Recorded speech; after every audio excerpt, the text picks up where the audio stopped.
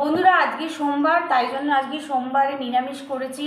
পালং শাক, বড়ি, আলু সব রকম সবজি দিয়ে পালং শাকের তরকারি করেছি। এখানে করেছি বেগুন ভাজা, আর তার সঙ্গে নিয়ে নিয়েছি গন্ধরাজ, লেবু আর কাঁচা লঙ্কা, আর তার সঙ্গে করেছি ফুলকপি আলুর পোস্ত। আর এটা হয়ে গেছে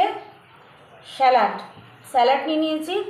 এবারে খাওয়াটা খুব সুন্দর হয়েছে পোস্তটা। খাও।